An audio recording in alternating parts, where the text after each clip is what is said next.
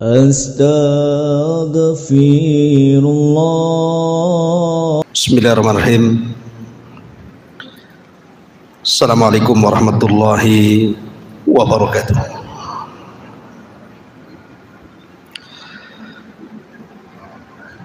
Alhamdulillah, salatu wassalamu ala rasulillah wa ala alihi wa sahbihi wa mawalah, wa la hawla wa la quwata illa billahi wa ba'du. Hadirin dan hadirat yang dimuliakan Allah subhanahu wa ta'ala, alhamdulillah di malam hari ini kembali kita bisa duduk di masjid yang kita cintai bersama di Tanjung Uban ini. Salawat dan salam tak lupa kita hadiahkan kepada Rasul kita Nabi besar Muhammad sallallahu alaihi wa ala alihi wasallam. Pembahasan di malam hari ini kita akan berusaha menyingkap rahasia-rahasia dan peristiwa-peristiwa yang terjadi di atas kepala. Maksudnya peristiwa-peristiwa yang terjadi di langit. Ma'asyiral muslimin yang dimuliakan Allah subhanahu wa ta'ala, kita tahu bahwa dalam sebuah hadis ketika Bani Tamim datang kepada Nabi sallallahu alaihi wasallam hendak masuk Islam, tetapi mereka minta imbalan. Kemudian setelahnya datang penduduk Yaman dan ingin masuk Islam, dan mereka tidak minta imbalan karena memang dari hati nurani mereka ingin mendapatkan hidayah Islam. Kemudian di antara rombongan ahli Yaman itu bertanya kepada Nabi sallallahu alaihi wasallam soal ketuhanan, di mana Allah subhanahu wa ta'ala sebelum Allah subhanahu wa ta'ala menciptakan alam semesta ini. Maka Nabi sallallahu alaihi wasallam mengatakan, kana Allah wa lam yakun syai'un ghairu. Allah telah ada dan saat itu tidak ada apapun selain daripada Allah subhanahu wa ta'ala.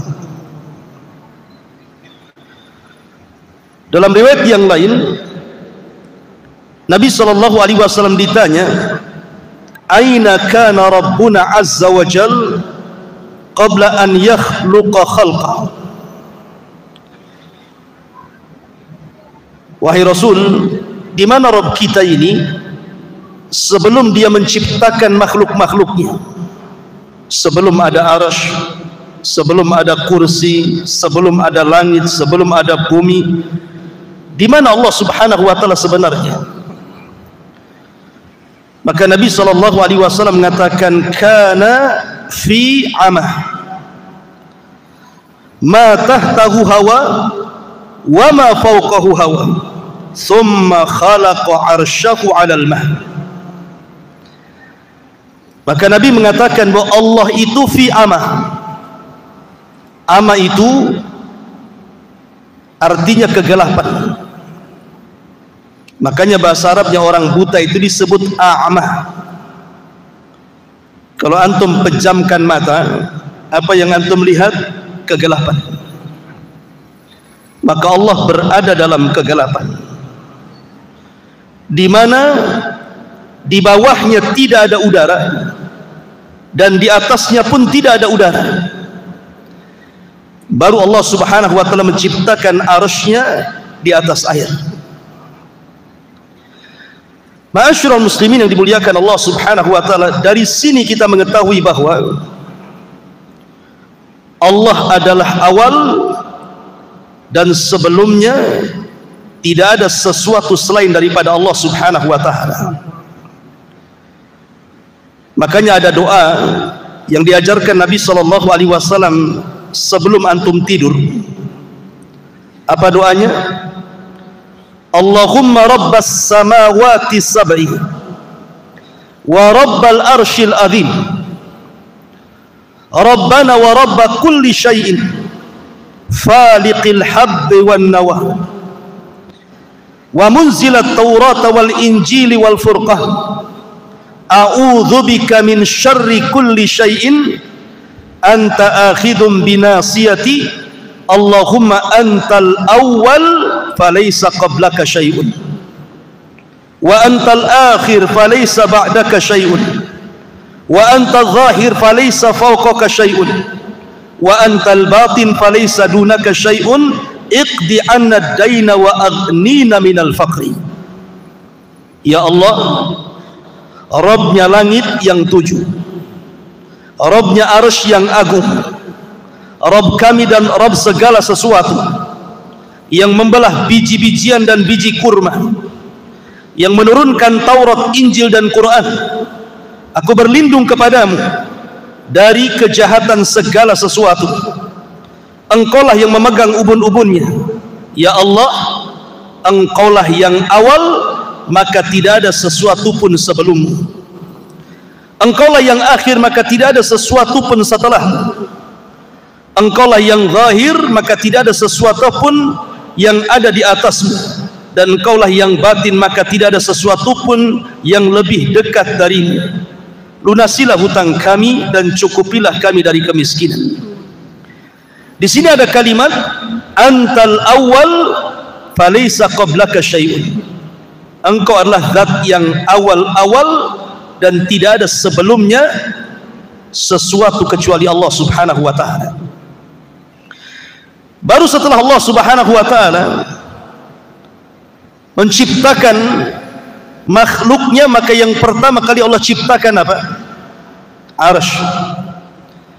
Ada yang mengatakan qalam, ada yang mengatakan air. Ini khilaf ulama, mana yang lebih dahulu nih? Arsy, qalam, ataukah air? Ada yang mengatakan qalam dulu baru arsy, ada yang mengatakan arsy dulu baru qalam, ada yang mengatakan air dulu baru arsy, ada yang mengatakan arsy dulu baru air. Wallahu alam. Ini menjadi ranah khilaf para ulama, tetapi kebanyakan para ulama mengatakan bahwa seperti yang dipilih oleh Imam Ibnul Qayyim dan juga Syekhul Islam Ibnu Taimiyah rahimahullahu taala, bahwa yang pertama kali diciptakan adalah arsy, kemudian air, kemudian qalam. Baru setelah itu Allah Subhanahu wa taala ciptakan segala sesuatu. Artinya setelah itu Allah Subhanahu wa taala ciptakan langit dan bumi pada 6 hari. Dan itu difirmankan di dalam Al-Qur'anul Karim tentang penciptaan langit dan bumi itu fi sittati ayyam, pada 6 hari. Ada yang mengatakan bahwa 6 hari ini artinya bahwa dimulai daripada hari Ahad dan diakhiri sampai hari Jumat. Jadi Ahad, Senin, Selasa, Rabu, Kamis, Jumat, itu 6 hari. Adapun rinciannya berdasarkan hadis Nabi sallallahu alaihi wasallam bahwa Allah Subhanahu wa taala pertama menciptakan bumi dulu 2 hari, Ahad dan Senin. Kemudian setelah itu Allah menciptakan langit, hari Selasa dan hari Rabu. Kemudian Allah Subhanahu wa taala turun lagi ke bumi dan Allah menciptakan segala sesuatu yang ada di bumi. Allah ciptakan gunung-gunungnya, Allah ciptakan pantai-pantainya, Allah ciptakan lautannya, dan berbagai macam fasilitas yang ada di bumi. Dan itu hari Kamis dan Jumat. Dalam sebuah hadis Nabi SAW mengatakan, khalaqallahu azza wa jal at-turbata yawma as-sabti wa khalaqa fiha al-jibal yawma al-ahad wa khalaqa asy-syajara yawma al-itsnin wa khalaqa al-makruha yawma ats-tsulatsa wa khalaqa an-nur yawma al-arbi'ah wa batha fiha ad-dawab yawma al-khamis wa khalaqa adam ba'da al-asri min yawmil jum'ah fi akhiril khalqi fi akhir saati min saatil jum'ah fi ma bainal asri ila laili. Rinciannya, Allah menciptakan tanah hari Sabtu, kemudian Allah ciptakan gunung hari Ahad, kemudian Allah ciptakan pohon-pohonan hari Senin, kemudian Allah ciptakan sesuatu yang tidak disukai manusia hari Selasa, kemudian Allah ciptakan cahaya hari Rabu, kemudian Allah Subhanahu wa taala ciptakan binatang-binatang hari Kamis, dan Allah ciptakan Adam setelah asar di hari Jumat. Ma'asyiral muslimin yang dimuliakan Allah Subhanahu wa taala, intinya bahwa setelah Allah Subhanahu wa taala ciptakan langit dan bumi dan berbagai macam galaksinya sampai kepada arasy-Nya, banyak peristiwa-peristiwa yang terjadi di langit. Apa saja peristiwa-peristiwa yang terjadi di langit itu? Tentu karena ini perkara gaib, harus berdasarkan nas. Langit kedua saja, jangan langit kedua, langit pertama saja kita tidak bisa melihatnya. Yang antum lihat itu awan, itu bukan langit. Karena langit itu sesuatu yang ada bangunannya. Dan Abdullah ibn Mas'ud radhiyallahu an ketika mengatakan jarak antara langit dan bumi itu perjalanan 500 tahun. Bayangkan perjalanan 500 tahun itu sampai di mana? Itu dari bumi ke langit, dalam asar Abdullah ibn Mas'ud radhiyallahu an. Makanya ketika para ulama membahas soal bulan, apakah bulan itu di bawah langit ataukah bulan itu di atas langit? Bagi yang mengatakan bahwa bulan itu di atas langit, berarti tidak ada orang yang sampai ke bulan. Tetapi kalau bulan itu di bawah langit, memungkinkan orang sampai ke bulan.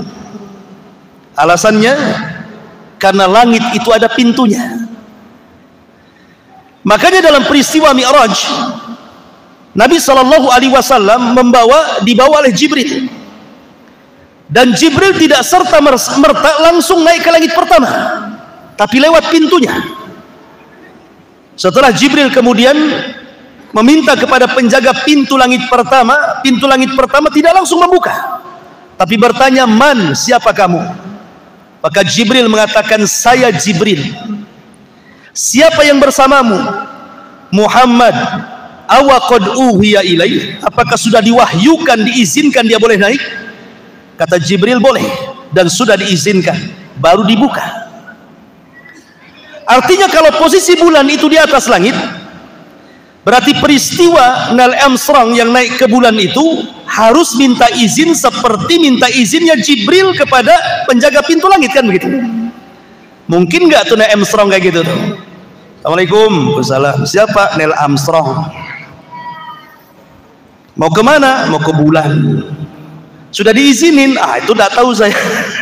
Mana bisa kan? Artinya kalau seandainya bulan itu di atas langit, berarti Neil Armstrong itu harus minta izin dulu. Berarti mustahil Neil Armstrong diizinkan naik ke langit. Gak mungkin, dia orang kafir. Mana boleh diizinkan naik ke langit? Mana dalilnya orang kafir tidak diizinkan naik ke langit? Al-Quran yang mengatakan la tufattahu lahum abwabus sama wa la yadkhuluna al-jannah hatta yalijal jamalu fi sammil khiyah. Ruhnya orang-orang kafir tidak akan dibukakan pintu-pintu langit padanya, dan mereka tidak akan masuk ke dalam surga sampai ada cerita unta masuk ke lubang jarum. Artinya orang kafir tidak mungkin naik ke langit, kan? Karena tidak dibukakan pintunya. Berarti kalau memang bulan itu posisinya di atas langit, berarti dustalah kisah Neil Armstrong itu naik ke bulan. Tapi kalau bulan itu di bawah langit, mungkin. Karena kalau di bawah langit tidak perlu naik ke pintu, tidak perlu izin kan itu ya. Tetapi mungkin ini berapa persen? Karena ada sebagian para ulama seperti Al-Imam Asy-Syinkiti dalam kitab Adwail Bayan itu membantah bahwa tidak mungkin orang sampai ke bulan, mustahil. Kemudian membawakan surah Ar-Rahman, ya ma'syaral jinni wal insi in istata'tum an tanfudhu ila samawati wal ardh fanfudhu la tanfuduna illa bisultan. Walaupun ada juga yang mengatakan mungkin, walaupun sekali lagi penelitian dunia sampai hari ini masih meragukan Neil Armstrong sampai ke bulan ataukah tidak sampai ke bulan. Ada yang mengatakan bahwa itu di studio, buktinya benderanya berkibar-kibar, mana di bulan oksigen, macam-macam pokoknya ya. Intinya itu urusan orang pinter lah. Tetapi kita ini logika saja. Kalau memang bulan itu di atas langit, mustahil Neil Armstrong sampai ke sana. Tapi kalau bulan di bawah langit, mungkin saja, wallahu a'lam. Ma'asyiral muslimin yang dimuliakan Allah Azza wa Jalla. Di dalam Al-Quran, Allah Subhanahu wa ta'ala berfirman, was-sama'i wat-tariq. Wa ma adraka mat-tariq, an-najmu saqit. Tariq itu artinya Anda mengetuk pintu, itu disebut tariq. Taraqal bab artinya mengetuk pintu. Dan yang dimaksud pintu di sini adalah pintu langit. Pintu langit ini tidak semua dibuka. Hanya waktu-waktu tertentu pintu langit ini dibuka. Contoh, dalam hadis Bara bin Azib radhiyallahu anhu, ketika Nabi SAW menceritakan tentang ruhnya seorang mukmin yang meninggal, apa kata Nabi SAW? Apabila ruhnya seorang mukmin dicabut, maka dicabut seperti tetesan yang terakhir yang keluar dari mulut teko. Kemudian setelah itu dicabut, ruh itu dicabut, maka malaikat maut tidak lama memegang ruh itu, langsung disambar oleh malaikat lain, kemudian diletakkan di kain kafan yang sangat harum, karena kain kafan itu berasal dari sorga. Kain kafan yang sangat halus, yang sangat harum, yang sangat indah. Kemudian baunya sampai ke langit. Maka malaikat di langit bertanya, ini ruhnya siapa? Kok harum sekali? Maka para malaikat pun membicarakan bahwa ini ruhnya Fulan ibn Fulan. Maka ruh itu diangkat ke langit. Barulah pintu langit dibuka. Jadi rusulul maut, rasul-rasul kematian itu, para malaikat yang membawa ruhnya seorang yang beriman akan mengetuk pintu langit pertama, kemudian dibuka. Kemudian pintu langit kedua sampai ke 7. Setelah berhadapan dengan Allah Subhanahu wa ta'ala ruh tersebut, maka Allah Subhanahu wa ta'ala katakan, kembalikan ruh ke dalam jasadnya, letakkan catatannya fil illiyin, di tempat yang paling tinggi di surga. Artinya bahwa hanya ruh orang-orang yang beriman yang bisa naik ke atas langit. Kemudian peristiwa yang kedua yang bisa melewati pintu langit itu adalah terangkatnya amal saleh. Sekarang bulan apa? Bulan Sya'ban. Sekarang sudah masuk tanggal 1 bulan Sya'ban, besok tanggal 2 kan gitu. Bulan Sya'ban ini ikhwan adalah satu di antara 4 waktu di mana amalan kita diangkat ke langit. Satu di antara 4 waktu di mana amalan kita diangkat ke langit. Waktu yang pertama, setiap asar dan setiap fajar. Berdasarkan hadis Nabi SAW, yata'aqabuna fikumul malaikah, malaikatul laili wa malaikatun nahar, wa yajtami'una fi salatil asri wa salatil fajr. Kata Nabi sallallahu alaihi wasallam, setiap hari Allah itu menugaskan para malaikat untuk mencatat kebaikan kita selama 24 jam. Ada yang mencatat kebaikan di malam hari dan ada yang mencatat kebaikan di siang hari. Dan malaikat itu tugasnya sendiri-sendiri. Ada malaikat yang ditugaskan di malam hari, ada malaikat yang ditugaskan di siang hari, dan berjumpanya di dua waktu sholat. Pertama sholat asar, yang kedua sholat fajar. Ketika malaikat siang dan malaikat malam ini menghadap Allah, maka malaikat ini membawa catatan kebaikan kita. Jadi antum ini malam hari ngapain saja? Oh, malam hari ini antum alhamdulillah ngaji di sini. Tapi sebagian saudara antum mungkin lagi maksiat jam segini. Nanti malam lagi antum tahajud. Nanti antum baca Quran, antum berwudu, antum berzikir, semua dicatat sampai waktu subuh. Termasuk tidur antum dicatat. Apakah ketika antum tidur bernilai ibadah atau tidak?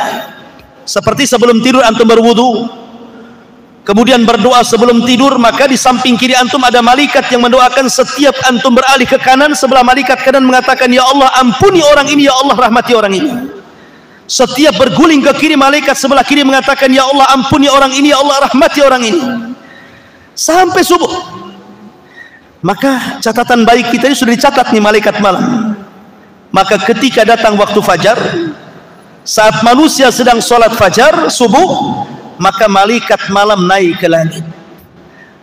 Ketika itu pintu langit pertama terbuka, kemudian disusul dengan pintu langit kedua, ketiga, keempat, sampai ketujuh terbuka, dalam rangka membawa catatan amal kita sampai di Sidratil Muntaha. Kemudian setelah itu malaikat yang mencatat amal kebaikan di siang hari turun ketika manusia sedang sholat subuh.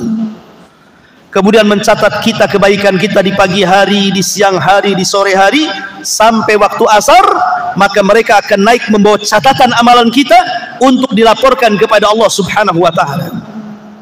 Makanya kenapa dua salat ini disabdakan Nabi SAW, man hafadha ala baradaini dakhalal jannah. Siapa yang menjaga dua waktu salat subuh dan asar, dijamin masuk surga.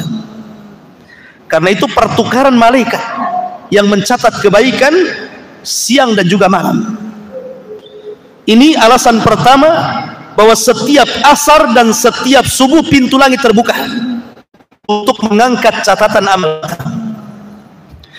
Kemudian yang kedua, setiap hari Senin dan Kamis Nabi SAW bersabda, tu'radunal a'mal fi kulli khamis wasnaini.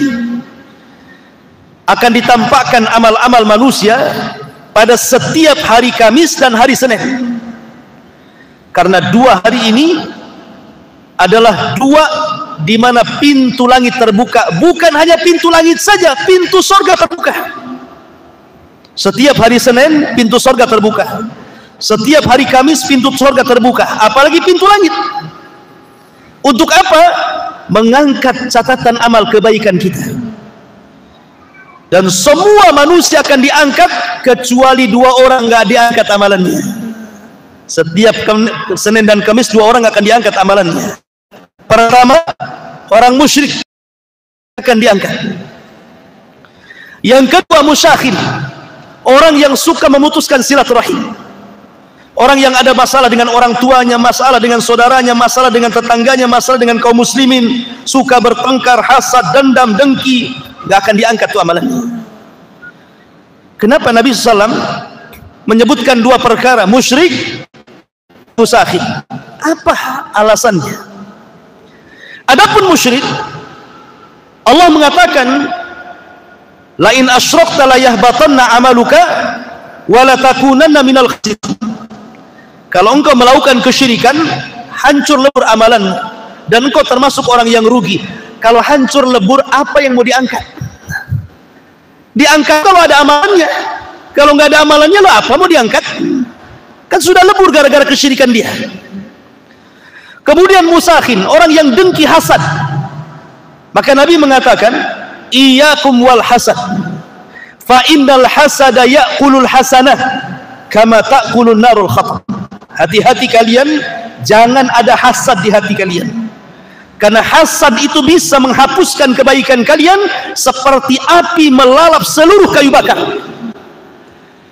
Nah, kalau amalannya hangus dibakar api, seperti kayu bakar dilalap api sehingga jadi debu, apa yang mau diangkat? Makanya orang musyrik dan orang yang hasad dengki tidak akan diangkat amalannya sampai betul-betul orang itu mentauhidkan Allah dan orang itu saling memaafkan satu dengan yang lainnya, baru diangkat amalannya dan pintu langit akan dibuka. Kemudian yang ketiga, di bulan Sya'ban, bulan ini bulan di mana amalan kita diangkat, ikhwan. Usamah ibn Zaid bertanya kepada Nabi sallallahu alaihi wasallam, "Ya Rasulullah, lam ara tasumu min syahrin min syuhuri ma tasumu min Sya'ban." Rasul, aku tidak melihat dirimu berpuasa sebanyak yang kau lakukan puasa di bulan Sya'ban. Maksudnya puasa sunnah. Apa jawaban Nabi? Kata Nabi sallallahu alaihi wasallam, "Dzaka syahru yaghfulun nasu anhu."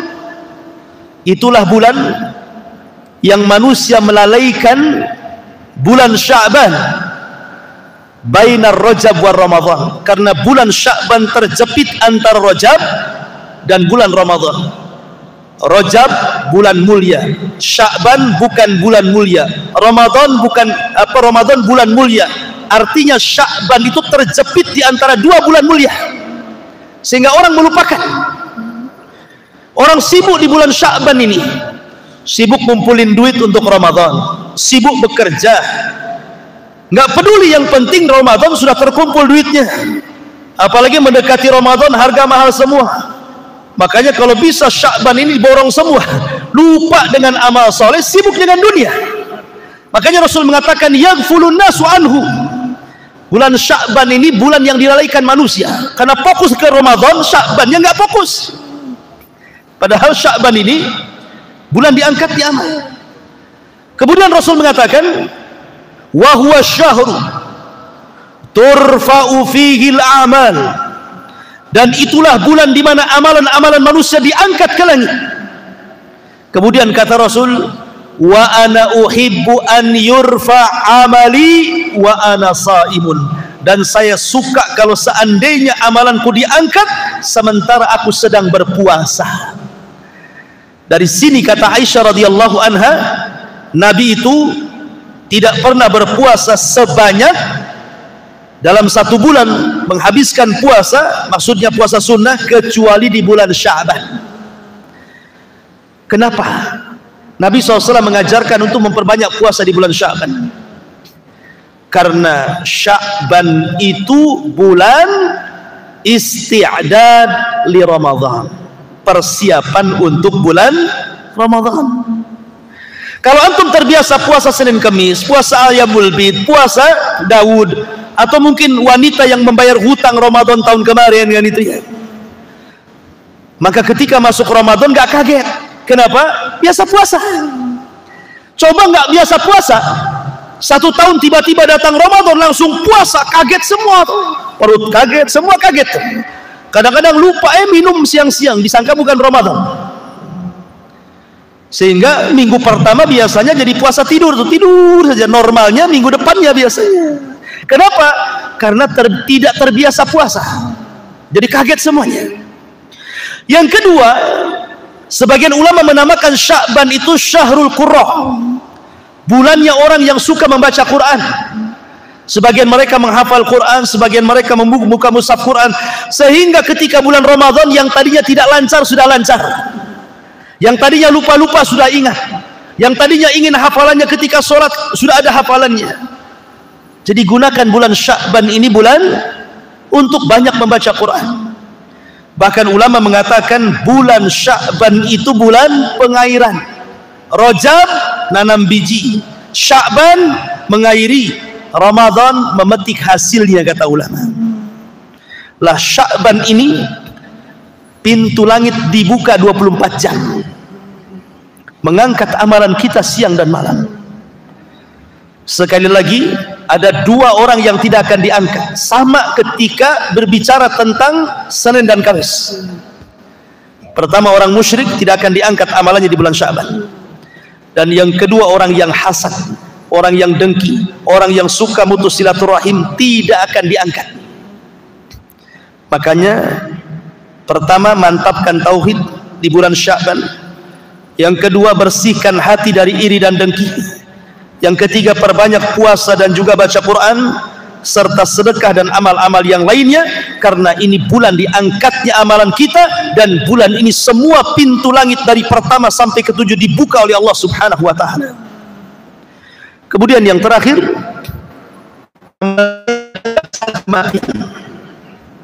sebagaimana hadis Bara bin Azib tadi, ketika ruh diangkat, catatan ngikut dari bawah. Ketika menghadap Allah, maka Allah mengatakan, kembalikan ruh ke dalam jasadnya, tapi angkatlah fil illiyin, di tempat yang paling tinggi di sorga. Ini peristiwa langit yang luar biasa, di mana pintu-pintu langit terbuka saat diangkatnya amal. Ini yang kedua. Yang ketiga,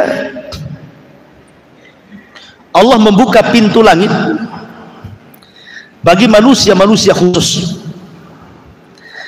Pertama, Nabi Allah Idris alaihi salam. Ketika Allah Subhanahu wa ta'ala mengatakan, wa rafa'na makanan aliyah, dan kami angkat Idris ke tempat yang paling tinggi, ada sebuah asar, walaupun sebagian para ulama menganggap ini kisah Israiliyah, tetapi ma'ruf dicantumkan dalam kitab-kitab tafsir. Sekali lagi, ini kisah Israiliyah. Kisah Israiliyah itu tidak perlu dibenarkan, tidak pula didustakan, cukup ditelaah saja ya. Kalau cocok dengan Quran Sunnah terima, kalau tidak cocok ya sudah, tidak usah diambil kan itu. Makanya Rasul mengatakan, hadithu an bani Israil wala haraj, ceritakan tentang kisah Bani Israil tidak mengapa. Jadi suatu ketika Nabi Idris ini oleh Allah Subhanahu wa ta'ala, karena melihat semangat ibadahnya, semangat dakwahnya, maka Allah Subhanahu wa ta'ala memberikan pahala kepada Idris setiap harinya sebanyak umat yang didakwahinya. Idris mendapatkan pahala besar, senang dia. Akhirnya dia berdialog dengan malaikat Jibril. Ya Jibril, gimana caranya Allah menangguhkan kematianku supaya aku bisa umurnya panjang? Kata malaikat Jibril, bukan wewenangku, aku ini menurunkan wahyu, bukan pencabut nyawa. Kalau engkau ingin bernegosiasi tentang masalah usia, ngobrol langsung sama malakul maut, karena dia yang berhak mencabut nyawa seseorang. Kata Idris, kalau begitu jumpakan aku dengan dia. Maka kemudian Idris dibawa oleh malaikat Jibril kemana? Ke langit keempat, birruhi wal jasad, dengan ruh dan jasadnya. Otomatis langit pertama harus dibuka pintunya dong, kedua, ketiga, sampai keempat kan gitu. Makanya dalam peristiwa Isra Mi'raj, Rasul berjumpa dengan Idris di langit keberapa? Keempat. Ya. Maka sesampainya di langit keempat, tiba-tiba malaikat maut sudah di situ. Padahal belum dipanggil Jibril. Jibril kan pemimpin malaikat, dia berhak memanggil malaikat manapun karena dia pemimpinnya. Ketika sampai di langit keempat, kok malakul maut sudah di situ, seolah-olah menunggu. Maka Jibril mengatakan, heran, aku belum memanggil kamu, kok kamu sudah di sini? Kata malakul maut, aku juga heran. Aku ditugaskan oleh Allah Subhanahu wa ta'ala mencabut nyawa manusia, mana ada manusia di langit keempat. Ya sudah, aku turun saja ke langit keempat, katanya. Kata Jibril, jangan-jangan yang kau maksud adalah Idris, karena tidak ada manusia di langit keempat kecuali dia, kan begitu ya. Idris mau minta tambah umur, malaikat maut pula ditugaskan nyabut umur. Itulah ajal. Apabila sudah sampai waktunya, tidak mungkin mundur, tidak mungkin maju. Di mana ada kaidah al-hadaru la yamna'ul qadar, menghindar dari kematian itu tidak mencegah takdir kematian. Orang ini kan mau menghindar dari kematian kan? Takdir kematiannya sampai di situ. Ini yang pertama. Yang kedua, Isa bin Maryam. Ketika tentara Romawi, orang-orang Yahudi mengepung markas Isa bin Maryam, ketika itu Isa sedang bersama orang-orang Hawariyun, sahabat-sahabat setia Isa bin Maryam. Isa tahu dia akan ditangkap, dibunuh, disalib. Maka Isa mengatakan kepada murid-muridnya, siapa yang ingin kuserupakan wajahnya denganku, maka kujadikan dia temanku di sorga. Maka satu di antara murid Isa siap digantikan wajahnya, diusaplah wajahnya sehingga mirip dengan Isa. Maka Isa pun tidur, kemudian diangkat ke langit birruhi wal jasad, dengan ruh dan jasad. Kemudian orang yang diserupakan itu ditangkap, disalib dan dibunuh. Maka orang Yahudi mengklaim bahwa mereka sudah membunuh Isa bin Maryam. Padahal Isa tidak dibunuh, Isa tidak disalib, Isa diangkat ke langit. Ketika Isa diangkat ke langit, otomatis pintu langit dibuka. Dan dia pun tinggal di langit kedua bersama Yahya ibn Zakaria. Dan Isa ditemui oleh Rasul birruhi wal jasad karena belum mati. Maka dia berada dengan ruh dan jasadnya di langit kedua. Beda dengan para nabi yang lain, dijumpai oleh Rasul ruhnya saja, tetapi Isa ruh wal jasad. Ini peristiwa yang kedua. Yang ketiga, peristiwa Isra Mi'raj. Nabi sallallahu alaihi wasallam dimi'rajkan oleh Allah Subhanahu wa taala dari mana? Baitul Maqdis. Kenapa dari Baitul Maqdis? Karena pintu langit sejajar dengan Baitul Maqdis. Kenapa tidak dari Mekah saja? Langsung ke Sidratul Muntaha, turun lagi ke Mekah. Kenapa mesti dari Baitul Maqdis ke Sidratul Muntaha, balik lagi ke Baitul Maqdis, baru kemudian ke Mekah? Ulama mengatakan karena pintu langit sejajar dengan Baitul Maqdis, maka harus dari situ Rasul naik. Yang kedua, Baitul Maqdis itu kiblatnya para nabi, sehingga Nabi SAW harus sampai ke kiblatnya para nabi. Kemudian yang ketiga, di Baitul Maqdis inilah semua para nabi menyerahkan estafet dakwah mereka kepada Nabi. Karena ketika Rasul sampai di Baitul Maqdis, Rasul jadi imam. Di belakangnya para nabi, semuanya para nabi. Dan Nabi SAW jadi imam mereka, seolah-olah para nabi menyerahkan bahwa estafet dakwah kami, wahai Muhammad, kuserahkan kepada kamu. Makanya Nabi ajarannya akan sampai kepada seluruh para nabi yang di belakangnya.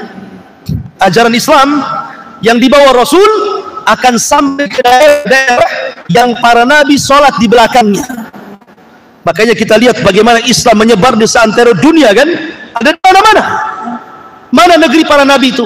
Negeri para nabi itu Syam, Irak, Mesir, Jazirah Arab. Itu negeri para nabi. Dan Islam berkembang di 4 tempat. Mesir berkembang Islam sampai hari ini. Syam berkembang Islam hari ini. Irak berkembang Islam hari ini. Jazirah Arab berkembang Islam dari ini. Kenapa? Karena Rasul jadi imam di belakang para nabi yang pernah mendakwai daerah-daerah tersebut. Bahkan Islam bukan hanya kembang di 4 negara, Mesir, Irak, Arab, tapi sampai ke semua benua. Benua Asia, benua Afrika, benua Eropa, semua ada Islam. Ma'asyiral muslimin yang dimuliakan Allah Azza wa Jalla, dari sinilah Rasul Sayyidul Anbiya'i wal Mursalin, pemimpin para nabi dan rasul. Baru Nabi diangkat ke langit. Kemudian berjumpa dengan Adam di langit pertama. Kenapa berjumpa dengan Adam? Supaya menjadi ibrah bahwa, karena kita tahu bahwa peristiwa Isra Mi'raj itu kan saat kesulitan dakwah, ikhwan. Paman Rasul meninggal, istrinya meninggal, tidak bisa berdakwah di Mekah, akhirnya hijrah ke Taif, sampai dilempari batu, mau masuk ke Mekah lagi tidak bisa. Jadi Rasul itu sedang kesulitan berdakwah. Lah disitulah Allah Isra Mi'rajkan ke langit. Jadi ketika melihat para nabi, banyak pelajaran yang Nabi SAW ambil dari para nabi di langit itu. Pertama berjumpa dengan Adam. Sebagaimana Adam hijrah dari surga ke dunia, maka Rasul pun akan hijrah dari Mekah ke Madinah. Kemudian setelah itu berjumpa dengan Isa dan Yahya. Apa hikmahnya? Isa dan Yahya disakiti orang Yahudi. Bahkan Yahya dipenggal lehernya untuk menjadi mahar seorang wanita pelacur bagi seorang raja. Begitu juga Isa, hampir dibunuh kalau bukan karena diangkat Allah. Artinya Nabi pun akan mengalami hal yang sama. Setelah hijrah dari Mekah ke Madinah, dia akan dihadapkan dengan permusuhan bersama orang-orang Yahudi. Bagaimana Yahudi Bani Nadir akan membunuh Rasul, bagaimana Bani Quraizah yang meracun Nabi SAW, bagaimana orang-orang Khaybar yang mengirim tukang sihir Labid bin Asam untuk menyihir Nabi SAW. Artinya Rasul akan dihadapkan dengan permusuhan besar dengan orang-orang Yahudi. Kemudian naik ke langit ketiga, berjumpa dengan Nabi Yusuf. Kenapa berjumpa dengan Nabi Yusuf? Yusuf itu disakiti saudaranya, usia 10 tahun dicemplungkan ke sumur, kemudian diambil para pedagang, dijual di Mesir. Maka Rasul pun dakwahnya yang pertama kali menghalangi siapa? Saudaranya. Siapa saudaranya? Abu Lahab dan saudara-saudaranya yang lain. Sehingga Allah turunkan ayat tabat yada abi lahabin wa tab. Kemudian naik ke langit keempat, berjumpa dengan Idris. Sebagaimana Idris diangkat derajatnya sampai ke langit keempat, maka Rasul pun akan diangkat derajatnya. Wa rafa'na laka dzikrah, kami akan angkat penyebutan wahai Muhammad. Hari ini tidak ada nama terbanyak di dunia kecuali nama Muhammad. Sebutkan nama, siapa nama yang paling banyak disebut di dunia kalau bukan nama Muhammad? Ketika antum azan mendengar nama Muhammad, ketika qomat mendengar nama Muhammad, ketika salawat mendengar nama Muhammad, ketika tasyahud mendengar nama Muhammad. Bahkan setiap ada orang lahir dikasih nama Muhammad, ada orang mu'alaf disebut nama Muhammad, macam-macam diagungkan namanya. Kemudian setelah itu naik ke langit keberapa? Kelima, berjumpa dengan Nabi Harun. Dan Harun lembut, maka Rasul diajarkan untuk lembut dalam berdakwah. Kemudian naik ke langit ke-6, berjumpa dengan Nabi Musa. Musa diuji oleh Allah Azza wa Jalla dengan banyak disakiti Bani Israel, sampai-sampai Rasul mengatakan rahimallah akhi Musa udhiya katsiran fasabar. Sungguh Allah merahmati Nabi Musa, diuji banyak kali oleh Bani Israel tapi dia sabar. Maka Rasul pun akan sama, banyak ujian yang akan dilalui Nabi SAW. Bahkan semua ujian yang kita lalui sudah pernah diujikan Allah kepada Nabi SAW. Yang terakhir, berjumpa dengan Ibrahim. Ibrahim adalah orang yang mirip wajahnya dengan Nabi SAW. Dia membangun Ka'bah, al-jaza'u min jinsil amal, balasan sesuai dengan amalannya. Dia pun bersender di tiang Baitul Ma'mur, Ka'bahnya para malaikat. Dan Rasul akan memakmurkan Ka'bah yang dibangun Ibrahim. Sampai hari ini umat Islam datang ke Ka'bah, memakmurkan Ka'bah yang dibangun Ibrahim. Wa idh yarfa Ibrahimul qawa'ida wa Ismail. Dan ketika Ibrahim dan Ismail meninggikan Ka'bah, kemudian disyariatkan haji kepada manusia, maka haji satu di antara rukun Islam bagi kaum muslimin. Baru setelah itu naik ke Sidratil Muntaha. Bagaimana kasusnya, kisahnya, dan peristiwa-peristiwa langit yang lainnya masih banyak.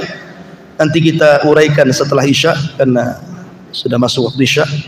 Subhanakallahumma bihamdika asyhadu an la ilaha illa anta astaghfiruka wa atubu ilaik. Allah ta'ala. Assalamualaikum warahmatullahi wabarakatuh.